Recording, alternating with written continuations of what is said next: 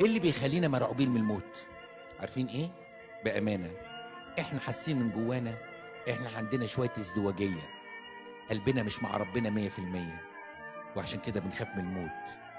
بدليل ان لو واحد فينا قال للواحد انت لو مت دلوقتي هتروح فين؟ مش عارف دلوقتي ولا ممكن اتوب واعترف النهارده واجاوبك بكره. احكي لكم حكايه.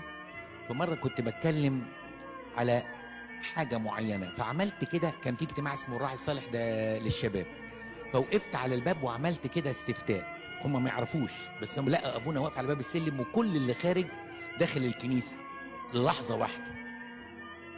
قلت له بعد الشر، مش عايز اشاور على حد، قلت له كله شاب داخل، قلت له لو انت مت دلوقتي هتروح فين؟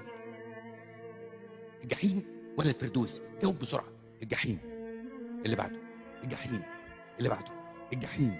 اللي بعده الجحيم. واخدت 10 ولاد و10 بنات، 18 واحد قالوا جحيم.